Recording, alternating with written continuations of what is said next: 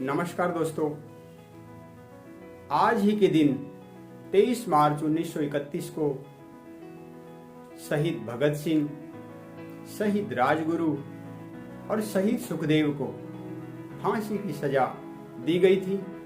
देश के लिए तीनों महान क्रांतिकारियों ने अपने प्राण न्यौछावर कर दिए। आज पूरा देश इन्हें अपनी भावपूर्ण श्रद्धांजलि प्रकट करता है और मैं भी अपने चैनल की तरफ से तीनों महान क्रांतिकारियों को अपनी भावपूर्ण श्रद्धांजलि अर्पित करता हूं और इन्हें हृदय से सत सत नमन करता हूं। तिरंगे के रंग में रंगे रहने दो, मुझको माँ की गोद का एहसास होता है। गर प्रेम है सच्चा माँ भारती से, तो शहीदी का जज्बा बेहद खास होता है। नमस्कार दोस्तों, मैं नरेंद्र कुमार आपके लिए आज तीनों अमर क्रांतिकारियों के नामकरण की कहानी लेकर उपस्थित हुआ हूं। दोस्तों, आज पूरा भारतवर्ष तीनों महान क्रांतिकारियों के शहीदी दिवस को मना रहा है। क्या आप जानते हो दोस्तों कि तीनों का नामकरण कैसे हुआ? तो सबसे पहले मैं आपको भगत सिंह के नामकरण की कहानी बताता हूँ। दोस्तों, सरदार किशन सिंह और विद्यावती कौर के घर 28 सितंबर 1907 को एक बालक ने जन्म लिया। दोस्तों, भगत सिंह का पूरा परिवार देशभक्त था। वतन परस्ती की शिक्षा भगत सिंह को अपने परिवार से ही मिली थी और जिस दिन भगत सिंह का जन्म हुआ उसी दिन भगत सिंह के चाचा अजीत सिंह जेल से रिहा हुए, जो देश को आजाद कराने के लिए जेल में गए थे। तो भगत सिंह की दादी जय कौर ने कहा, ए मुंडा बड़ा ही भाग वाला है, और सब ने मिलकर भाग वाला है इससे मिलता जुलता उनका नाम भगत सिंह रख दिया। दोस्तों, भगत सिंह ने मात्र 23 वर्ष की उम्र में जो बलिदान देश के लिए दिया, सारा देश हमेशा भगत सिंह का ऋणी रहेगा। दोस्तों, दूसरे अमर शहीद थे राजगुरु। दोस्तों, राजगुरु कोई सरनेम नहीं है। राजगुरु के पिता का नाम हरिनारायण तथा माता का नाम पार्वती था।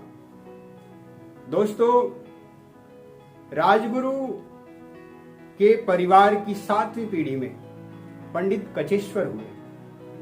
पंडित कचेश्वर बहुत ज्ञानी थे और एक बार पूरे महाराष्ट्र में अकाल पड़ा।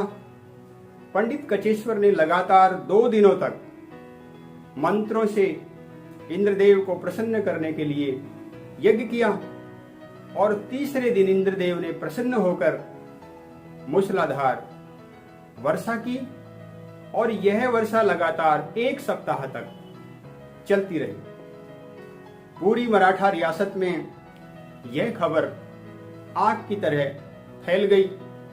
सभी पंडित कचेश्वर की मंत्र ज्ञान की प्रशंसा करने लगे और उस वक्त मराठा सियासत के शासक साहूजी महाराज ने पंडित कचेश्वर को राजगुरु की उपाधि देकर अलंकृत किया।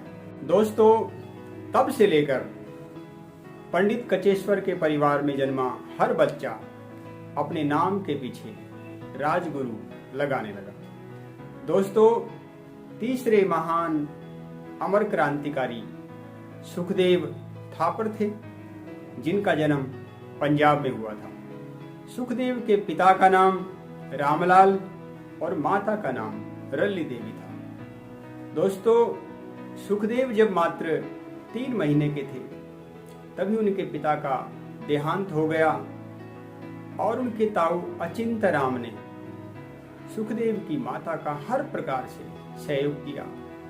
ताऊ ताई ने माता पिता की तरह ही सुखदेव का लालन पोषण किया और सुखदेव ने भी ताऊ ताई का घर सुखों से भर दिया और तब से लेकर उनका नाम सुखदेव पड़ा। दोस्तों, आगे चलकर जब साइमन कमीशन 3 फरवरी 1928 को भारत आया तो पूरे देश में साइमन कमीशन का बहिष्कार किया गया और पंजाब में जो टोली साइमन कमीशन का बहिष्कार कर रही थी उस टोली का नेतृत्व पंजाब केसरी अमर शहीद लाला लाजपत राय कर रहे थे और सैंडर्स ने लाला लाजपत राय पर इतनी लाठियां चलाई कि 17 नवंबर 1928 को लाला लाजपत राय की मृत्यु हो गई और तीनों अमर क्रांतिकारियों ने एक संकल्प किया कि जिसने हमारे पंजाब केसरी अमर शहीद लाला लाजपत राय को मौत के घाट उतारा है उसे भी जिंदा रहने का कोई हक नहीं है।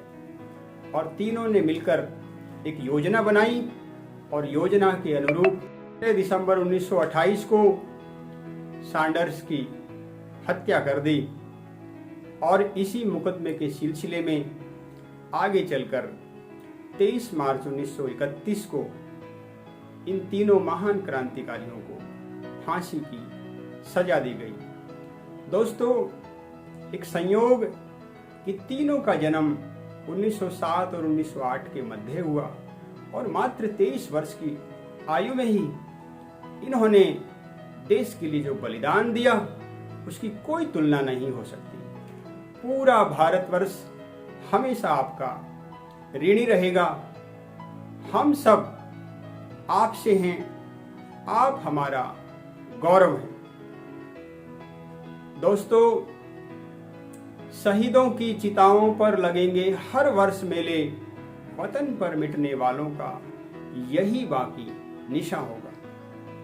दोस्तों, कहानी कैसी लगी कमेंट बॉक्स में लिखकर मुझे जरूर बताएं और इसे अधिकाधिक शेयर करें। और दोस्तों, अपने देश के प्रति हमेशा कृतज्ञ रहें, देशभक्ति का भाव अपने अंदर भरकर रखें।